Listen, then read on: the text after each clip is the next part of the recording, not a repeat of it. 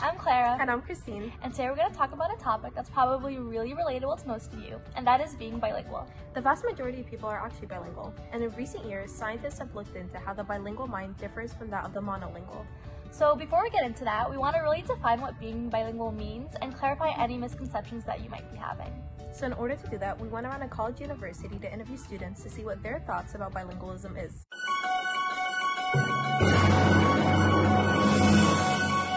Do you consider yourself bilingual? Bilingual, yes, I do. Yeah. No. Yes, I am bilingual. Do you think it's helpful to be bilingual, especially at a young age? I definitely do, because learning these languages at a young age helps you be better at it. If you learned it when you were older, it would probably be more difficult. I do think there are advantages. Now I have more ways to express myself, and in one language I might find it easier to say what I want to say. Yeah, so if someone is talking smack about you, you understand them in that language. Do you think you have to be advanced in the language to have benefits? Even if you know like the beginnings, it can still help you if you go visit that country and you know how to like talk to them. At least be able to speak it fluently. Understand when people are talking to you. You need to be able to read, write, and speak that language. Oh, why don't you consider yourself bilingual?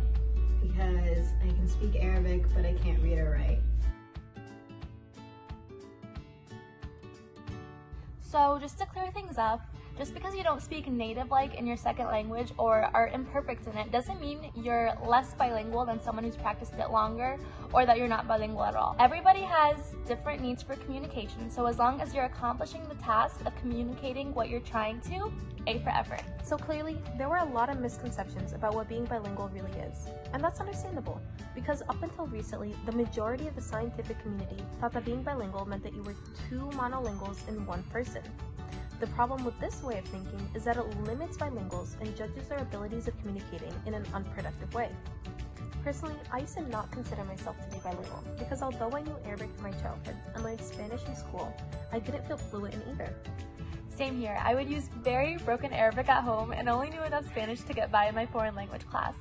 But the good news for us, and perhaps many of you, is that the advantages of being bilingual don't totally depend on proficiency. Of course, when you practice a language more frequently, your brain changes more, but studies have shown that even knowing a language an intermediate amount has shown to have benefits in your brain. Yes, and if you're like me and learned a language from childhood but don't get to practice it much outside of your family, this doesn't exclude you from enjoying the benefits of being bilingual. Learning a second language can be a daunting task that requires a huge amount of brain effort.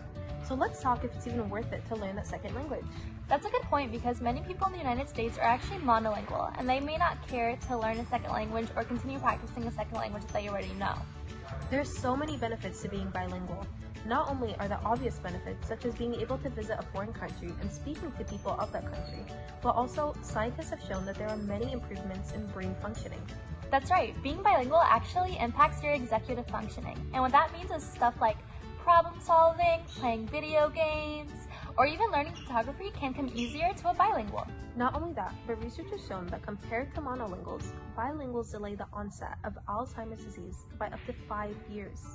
With all this in mind, it is clear that bilinguals lead to a happier and healthier life.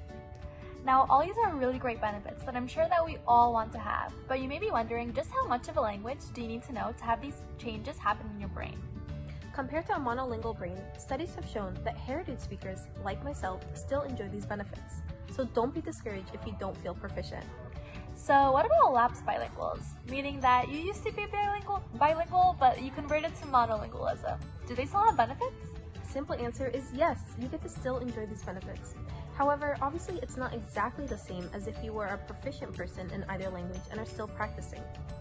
But if you're lapsed bilingual, it doesn't mean you're going to suddenly lose all the benefits you gained.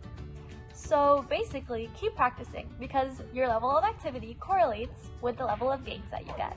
Also, when it comes to picking the language you're interested in, the sky's the limit.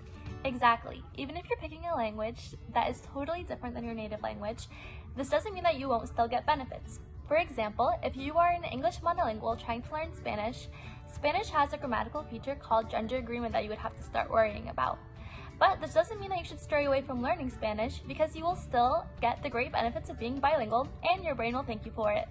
Yep, so whether you're interested in learning Russian, Italian, Japanese, or any other language, the important thing is that you just start. So just to play devil's advocate, there are some critiques that have been made about these studies. Yeah, if you come across any studies about bilingualism, you might notice small sample sizes. Although this may lead to some biased data, a lot of researchers try to be as consistent as possible in their trials. There are also some difficulties in controlling for socioeconomic status and cultural backgrounds. However, usually this does not have a big impact on the results. Also, these errors are not unique to just bilingual studies. In fact, they're very common in many other psychological research. Despite this, many experts still believe that the advantages of being bilingual outweigh any possible errors that might be present in these studies. Keeping all this in mind, we hope you are encouraged to either learn a new language or continue practicing the one you already know. Yes, keep practicing and don't be discouraged. Learning a new language will open up so many new doors for you. You can open up your social circles, communicate with more people, and it might open opportunities for new forms of employment. Not only that, but you will also gain a new appreciation for other cultures and feel more confident traveling to countries. Good luck!